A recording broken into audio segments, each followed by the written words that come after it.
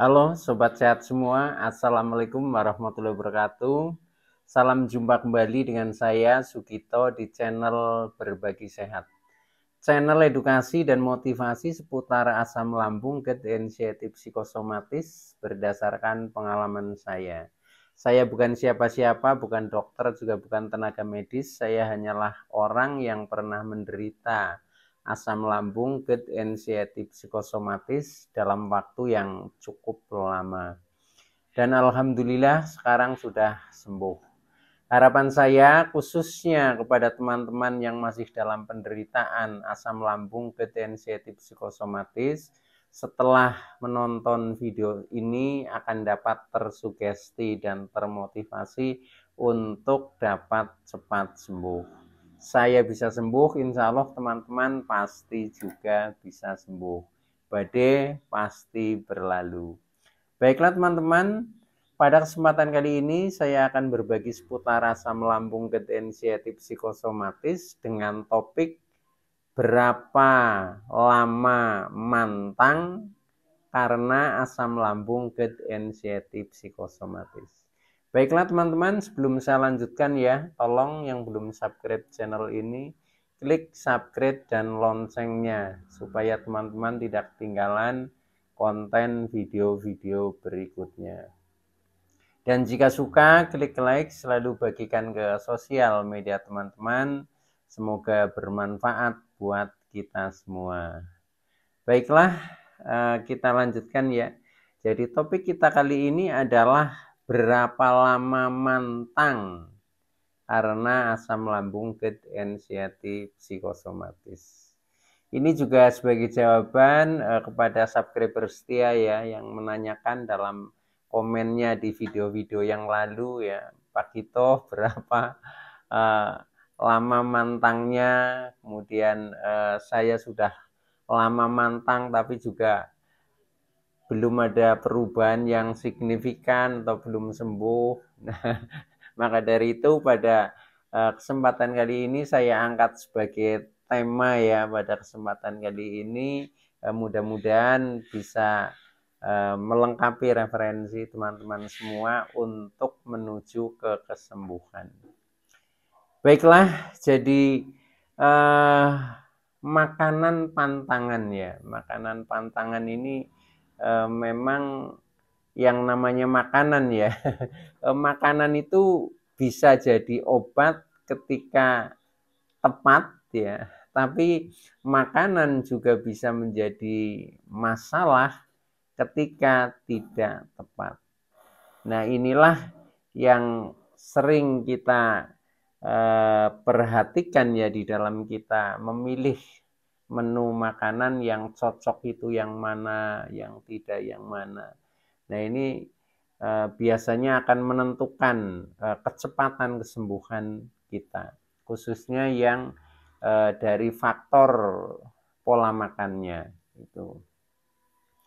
Nah, teman-teman semua, di dalam penderitaan asam lambung, GERD, anxiety, psikosomatis ini memang karena penyebabnya itu banyak faktor. Nah, salah satu faktor diantaranya dari makanan ya, melalui pola makan.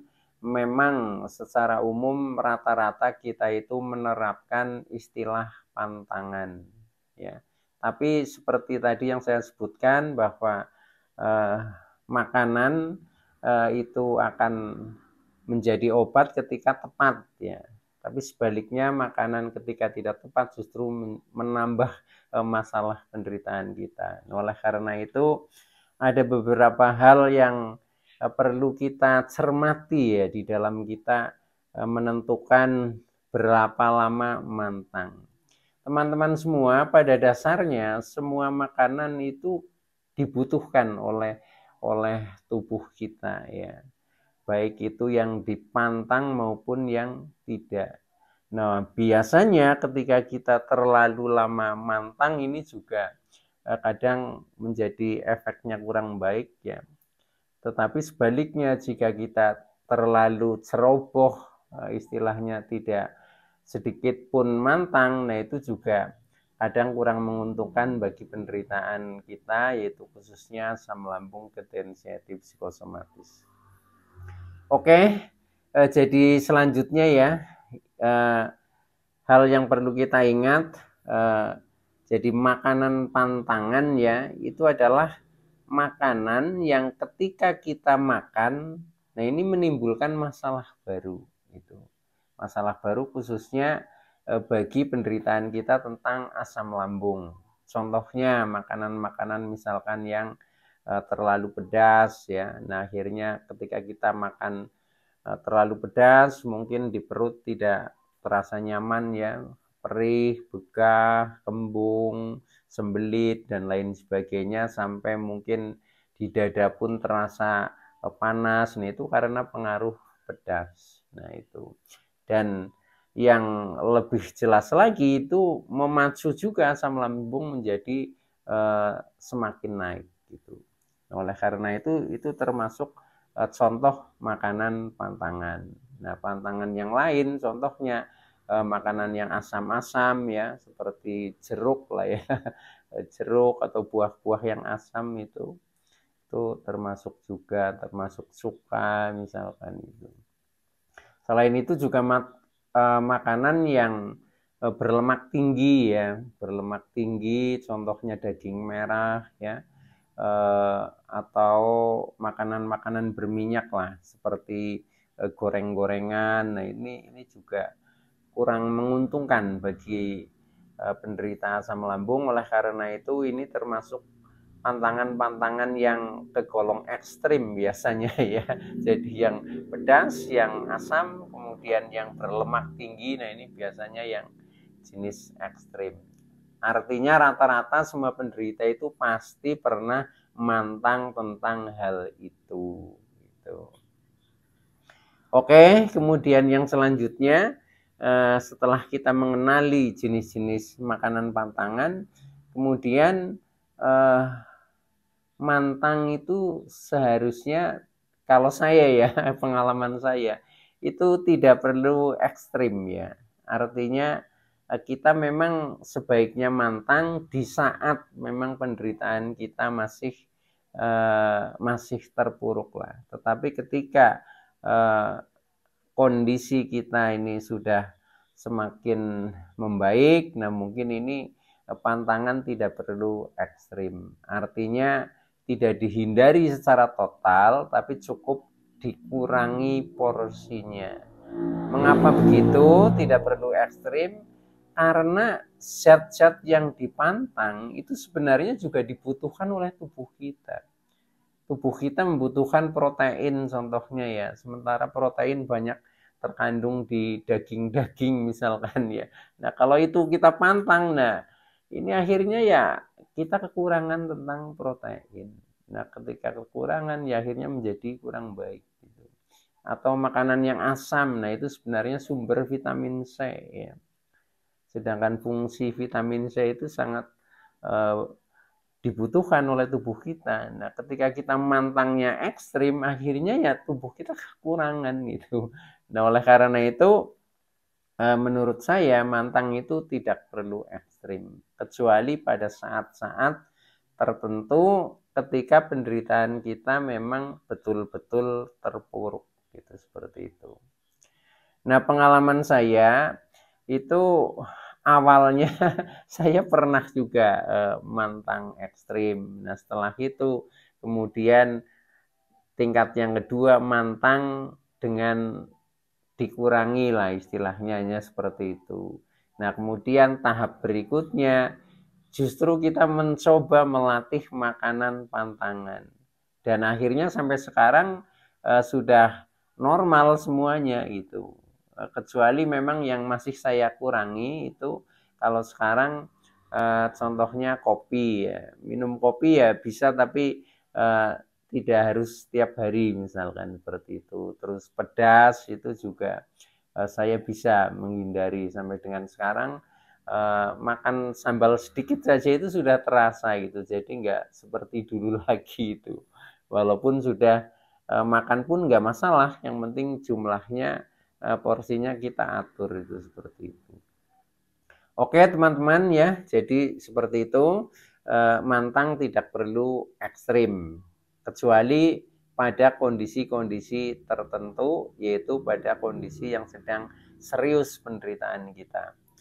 Nah, kemudian yang lebih penting lagi ya, sesuai dengan tema kali ini adalah berapa lama mantang ya. Ini karena banyak pertanyaan itu adalah berapa lama ya. Kapan mulai bisa aktif makan seperti biasa itu ya. Nah, lama mantang ini disesuaikan dengan kondisi kesehatan kita. Jadi lamanya kita menghindari makanan pantangan ini antara orang satu dengan yang lain itu bisa berbeda karena kondisinya juga berbeda, termasuk lama penderitaannya juga berbeda. Ada yang menderita hanya mungkin sebulan sembuh, mungkin 3 bulan sembuh, ada yang sampai 1 tahun, bahkan ada yang sampai 3 tahun sampai 5 tahun. Nah maka dari itu ini sangat bervariasi lah antara individu satu dengan yang lain, itu tidak bisa disamakan.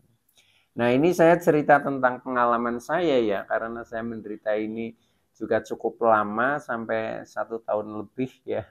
Nah itu awal penderitaan ya, saya sampai dengan 6 bulan ya. 6 bulan ini saya mantang ekstrim.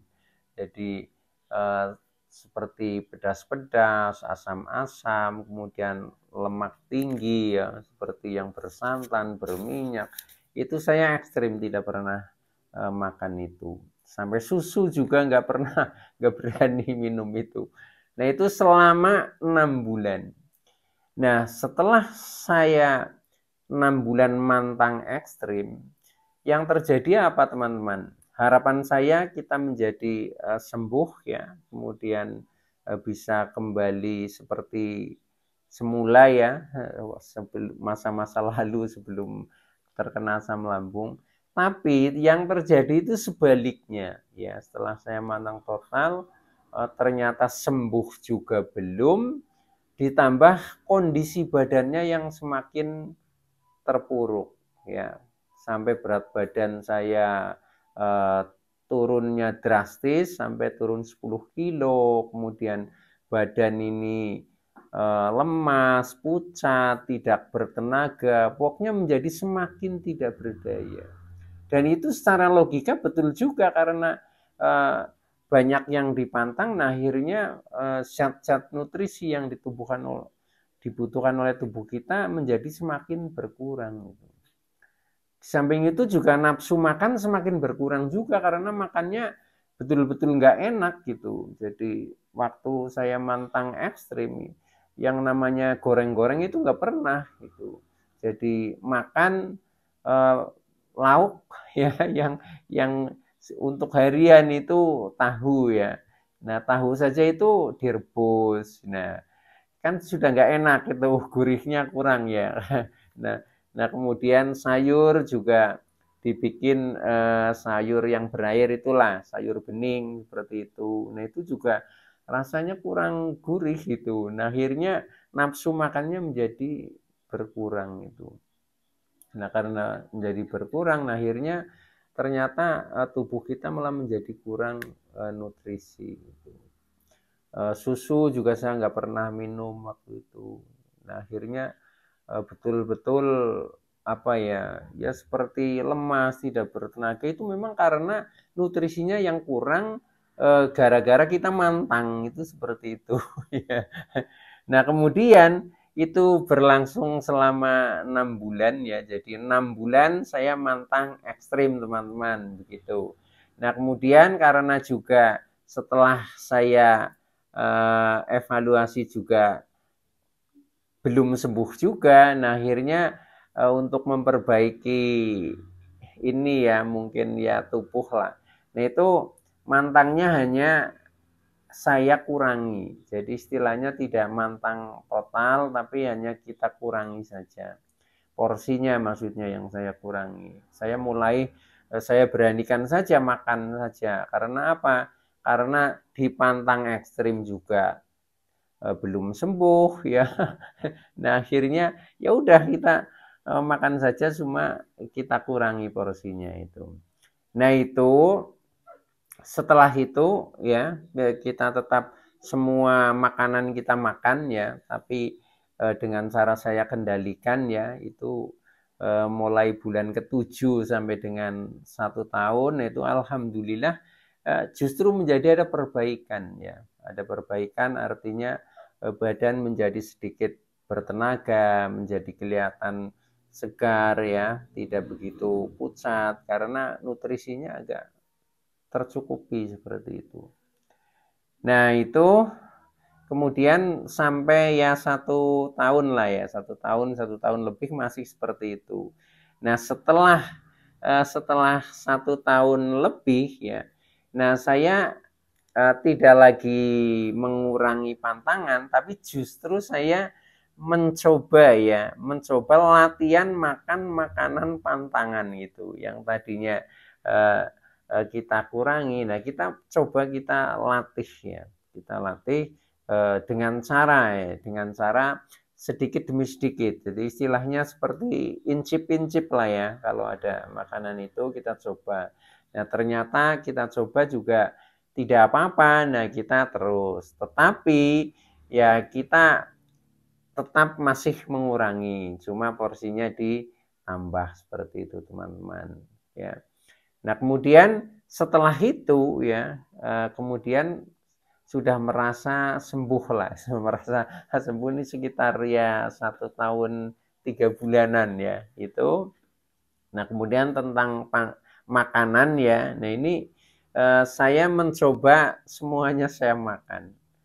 Cuma jangan lupa diri ya, jangan lupa diri, tapi tetap waspada dan terkendali. Artinya setelah kita memahami tentang asam lambung, kemudian termasuk penyebabnya, termasuk terutama yang dari hal-hal dari makanan, nah itu tetap kita waspada dan kita kendalikan itu. Jadi sampai dengan sekarang contohnya itu misalkan kita makan tapi yang bersambal ya, contohnya mungkin ayam goreng atau mungkin selele itu kan enaknya kalau pakai sambal. Nah, ya saya pakai tapi cuma sedikit gitu, sedikit tapi bagi saya sudah terasa pedasnya karena dulu pernah mantang total ya tentang sambal sehingga sedikit aja udah terasa. Contohnya seperti itu teman-teman. Nah, sampai dengan minuman ya seperti kopi itu, saya juga bisa juga minum kopi tapi saya kendalikan. Jadi misalkan 1 hari ya paling 1 gelas cukup. Kalau dulu sebelum terkena asam lambung ini, ngopi itu 1 hari bisa sampai 4 gelas, bahkan sampai 6 gelas itu pun pernah juga itu. Oke teman-teman, jadi intinya seperti itu ya. Berapa lama mantang ya? Nah ini jawabnya sesuai dengan kondisi badan kita. Gitu. Jadi ketika badan kita memang kesehatannya sudah membaik ya dari segi fisik, terutama hubungannya dengan lambung atau perut, ya kita coba makan tidak apa-apa. Karena apa? Karena zat-zat yang terkandung di dalam makanan yang kita pantang itu sebenarnya juga nutrisi yang dibutuhkan oleh tubuh kita. Oke, begitu teman-teman ya. Mudah-mudahan yang masih dalam penderitaan saya doakan akan cepat segera sembuh. Oke, itu dulu yang bisa saya sampaikan. Kurang lebihnya mohon maaf. Terima kasih atas like, subscribe, serta komennya. Saya Sugito dari channel Berbagi Sehat. Saya bisa sembuh, insya Allah teman-teman pasti juga bisa sembuh. Badai pasti berlalu. Oke, terima kasih. Wassalamualaikum warahmatullahi wabarakatuh.